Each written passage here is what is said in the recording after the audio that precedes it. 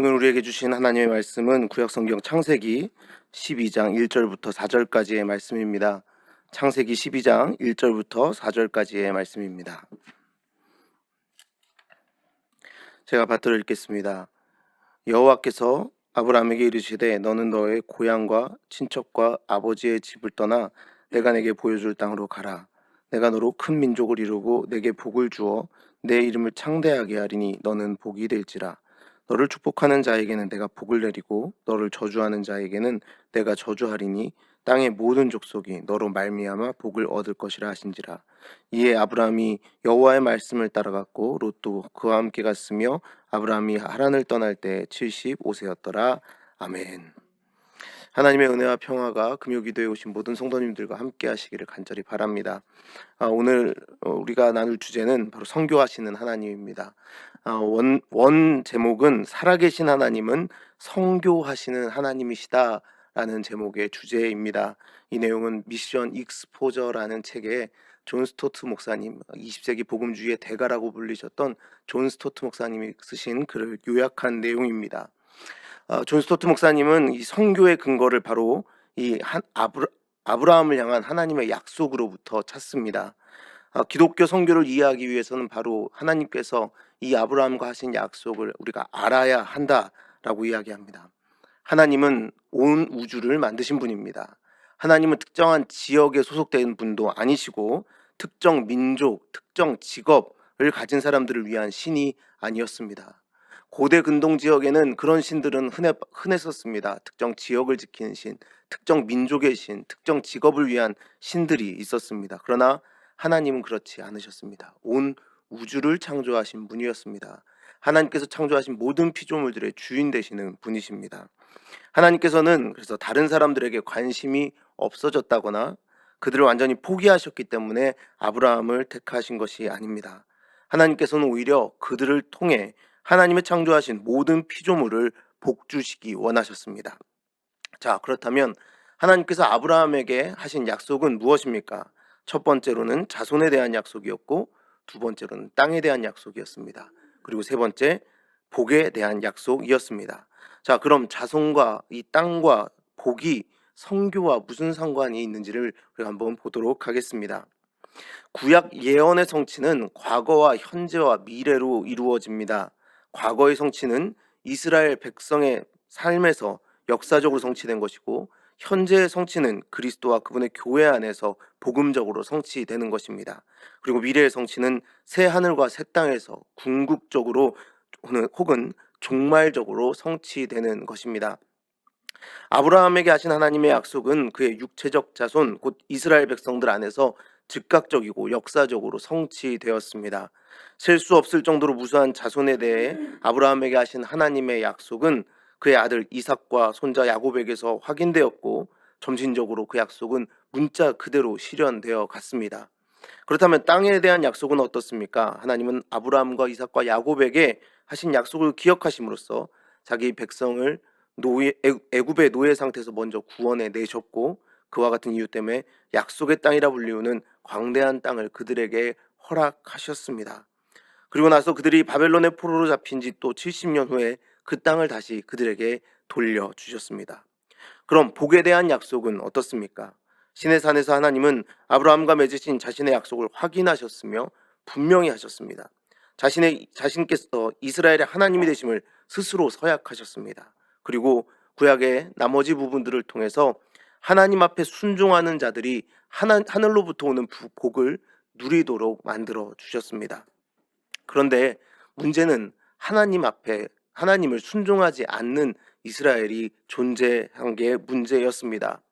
자, 그래서 보면 호세아의 예언 첫 부분에 보면 호세아는 그의 세 자녀에게 이스라엘에 대한 하나님의 무섭고도 점진적인 심판을 묘사하는 이름을 지어줍니다. 호세아는 그의 맏아들에게 하나님께서 흩으실 것이다 라는 뜻을 가진 이스르엘이라는 이름을 주었고 다음에는 긍휼히 여김을 받지 못한다 라는 의미로 로루하마라는 이름을 딸에게 지어주었습니다. 이 의미는 하나님께서 더 이상 자기 백성을 긍휼히 여기거나 용서하지 않으신다라고 말씀하셨기 때문에 지어진 이름들이었습니다. 그리고 마지막으로 호세아는 나의 백성이 아니다 의미를 가진 로암미라는 이름을 둘째 아들에게 줍니다. 이는 하나님께서 그들을 이제 그의 백성이 아니라고 말씀하셨기 때문에 지어진 이름입니다. 하나님의 택함을 받은 백성들에게 이것이 얼마나 끔찍한 일입니까? 얼마나 슬픈 일입니까? 아브라함에게 하신 하나님의 영원한 약속과는 너무나 모순돼 보입니다. 그런데 그것이 하나님이 사실 스스로 깨신 약속은 아니었습니다. 이 언약을 깬 이들은 누구였나요? 바로 언약하신 하나님을 떠난 인간들에게 바로 이 책임은 있었습니다.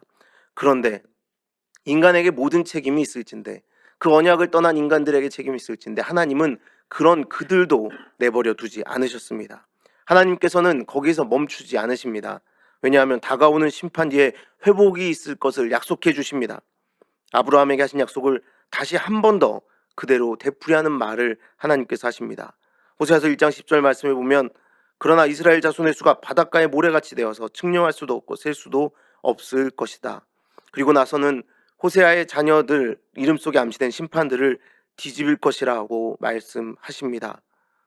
긍휼히 여김을 받게 될 것이며 다시 모아질 것이며 나의 백성이 될 것이다라고, 살아계신 하나님의 아들들이 될 것이다라고 선포하십니다. 여러분, 바로 사도 바울과 베드로도 이 호세아서의 말씀을 인용합니다.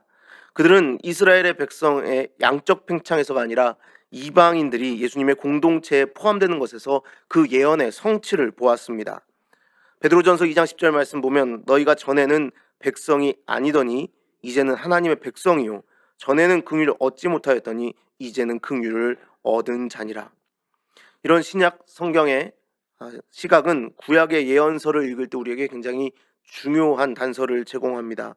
왜냐하면 우리들이 구약에서 미처 생각하지 못했던 것, 하나님의 약속, 그 복이 아브라함과 그의 자손들로부터 어떻게 세상 모든 족속들에게 넘칠 것인지에 대한 명확한 설명, 그것이 신약 성경이 말해주고 있기 때문입니다. 이스라엘이 비록 이방에 공의를 베푸는 사명을 가졌지만 실제로 그 일을 하진 못했었습니다. 이 예언들은 다만 예수 그리스도 안에서 성취됩니다. 여러분, 아브라함에게 하신 하나님의 약속은 그리스도와 지금 그의 교회 안에서 복음적으로 성취되었습니다. 그래서 마태복음은 이렇게 시작됩니다. 아브라함과 다윗의 자손 예수 그리스도의 세계라. 아브라함이 이삭을 낳고. 마태는 예수 그리스도의 족보의 시초를 찾는 것이 아니라 예수 그리스도의 복음의 시작을 추적하여 아브라함에게 이루고 있는 것입니다. 마태는 자기가 기록하고 있는 것이 2000년 전에 아브라함에게 하신 하나님의 옛 약속의 성취라는 사실을 알고 있었습니다. 그러나 처음부터 마태는 사람들로 하여금 그 약속들을 기업으로 받게 하는 것은 아브라함으로부터 내려오는 육적 혈통이 아니라 영적 혈통, 즉 회개와 오실 메시아를 믿는 믿음이라는 사실을 인식하고 기록해 나간 것입니다. 세례 요한도 그래서 이렇게 이야기합니다. 속으로 아브라함이 우리 조상이라고 생각지 말라. 내가 너희에게 말하노니 하나님이 능히 이 돌들로도 아브라함의 자손이 되게 하시리라. 여러분, 그리고 하나님께서는 비록 돌들로부터는 아니라 할지라도 그와 똑같이 믿기 어려운 출처, 즉 이방인으로부터 아브라함의 자녀들을 일으키셨습니다. 그래서 마태는 그가 사복음서의 기자들 가운데 가장 유대적이었음에도 불구하고 후에 예수님께서 다음과 같이 말씀하신 것을 기록하고 있습니다. 마태복음 8장 11절부터 12절까지의 말씀, 내가 너희에게 이르노니 동서로부터 많은 사람이 이르러 아브라함과 이삭과 야곱과 함께 천국에 앉으려니와 나라의 본 자손들은 바깥 어두운 데 쫓겨나 거기서 울며 이를 갈미 있으리라. 여러분, 바로 아브라함의 복이 어떻게 흘러나가는지에 대해서 신약성경은 분명하게 기록되고 있습니다. 바로 이 사역이 사도 바울에게 주어졌습니다. 그는 이방인의 사도로 부름받았고 임명되어 그 하나님께서 원하시는 그 일에 동참하였습니다. 그에게 하나님의 영원한 목적, 지금까지 숨겨져 왔던 목적이 계시되었습니다. 이 목적은 유대인과 이방인들을 복음으로 말미암아 그리스도 예수 안에서 함께 후사가 되게 하고 함께 지체가 되고 함께 약속에 참여하는 자, 에베소서 3장 6절의 말씀이 이루어지는데 쓰임 받는 그 자리에 사도 바울은 세워졌다라는 겁니다. 바울은 아주 담대하게 외치기를 로마서 9장 6절의 말씀에 이스라엘에게서 난 그들이 이스라엘이 아니요 또한 아브라함의 씨가 다 그 자녀가 아니다라고 그래서 선포합니다. 그러면 아브라함의 참 자손들, 즉 아브라함에게 주신 하나님의 약속의 참 수혜자들은 누구입니까? 바울은 이 점에 있어서 우리에게 너무나도 분명한 답을 줍니다. 즉 그들은 모든 인류 중에서 그리스도를 믿는 이들이라는 것입니다. 로마서 4장의 바울은 아브라함이 믿음으로 의롭다함을 받았을 뿐만 아니라 그가 할례 받기 전에 이 축복을 받았다고 가르칩니다.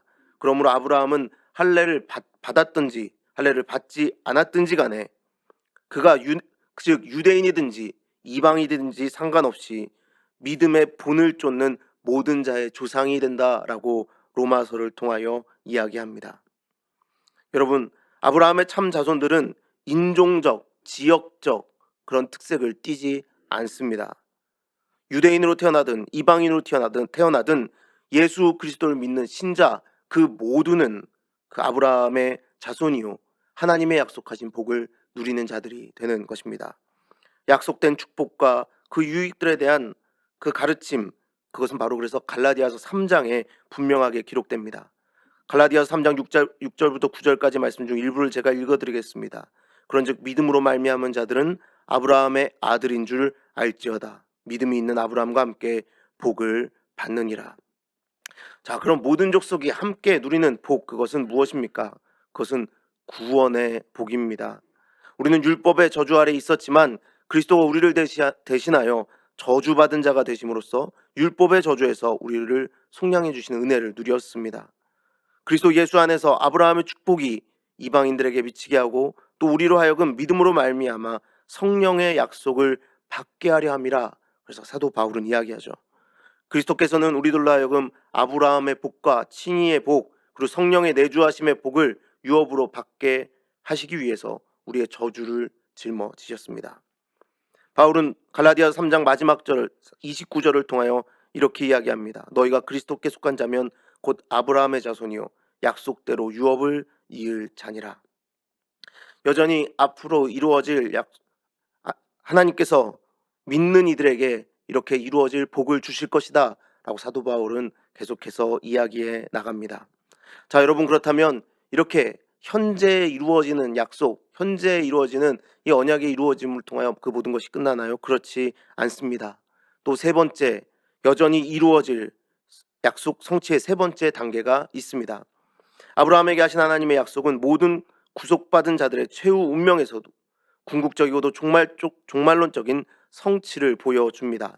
요한계시록에는 아브라함에게 하신 하나님의 약속이 다시 한번 언급됩니다. 요한은 환상 중에 아무라도 능히 셀 수 없는 큰 무리를 보았다고 이야기합니다. 그것은 각 나라와 족속과 백성 방언에서 온 전 세계적인 무리들이었습니다.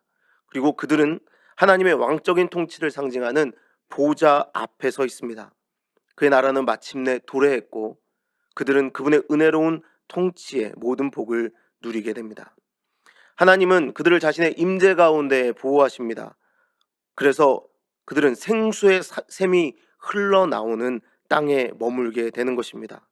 그런데 그들은 어떻게 이 복을 누리게 되었습니까? 이 복을 어떻게 받았습니까? 그것은 그들의 두루마기를 어린 양의 피로 씻어 깨끗하여 졌기에 가능한 일이었습니다. 예수 그리스도의 공로로 죄를 씻음 받고 의의 옷을 입었기에 하나님의 보좌 앞에서 그 참된 복을 누리게 된 것입니다.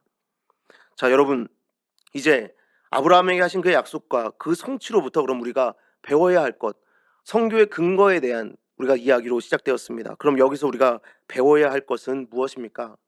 첫 번째로 하나님께서는 역사의 하나님이시라는 겁니다. 이 역사는 제멋대로 흘러가지 않습니다. 하나님께서 영원전부터 생각하신 계획을 이루어 가시는 시간이 하나님의 역사입니다. 그런데 하나님은 그 역사 속에서 하나님의 언약을 이루어 가십니다.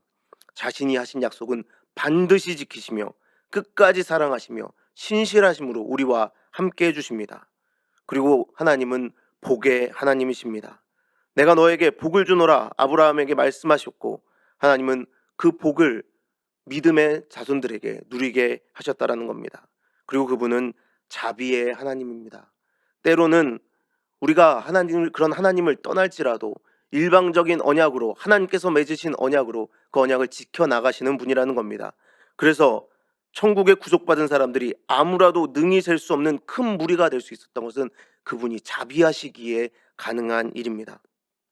자, 이 모든 이야기를 하나로 모으면 무엇이 되겠습니까? 바로 그분은 선교하시는 하나님이다라는 겁니다. 족속들은 그렇게 저절로 모여들지 않습니다. 하나님께서 약속하시고 자비하심으로 기다려 주시지만 그냥 모여들지 않는다라는 겁니다. 그래서 하나님은 일하십니다.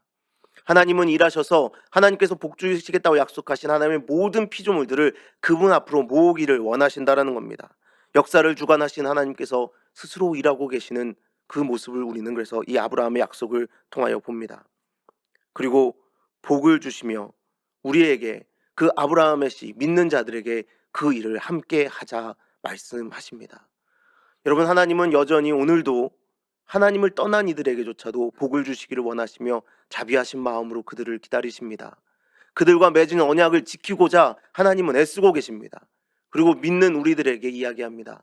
이제 너희가 먼저 복을 누린 너희가 나의 언약의 백성인 너희가 함께 가서 그들을 나의 복의 백성, 언약의 백성으로 만들어야 하지 않겠느냐 우리에게 말씀하고 계시다라는 겁니다. 이제 우리가 믿음으로 말미암아 아브라함의 자손이 되었기에 땅의 모든 족속들은 우리가 복음을 듣고 그들에게 나아갈 때 복을 얻게 될 것입니다.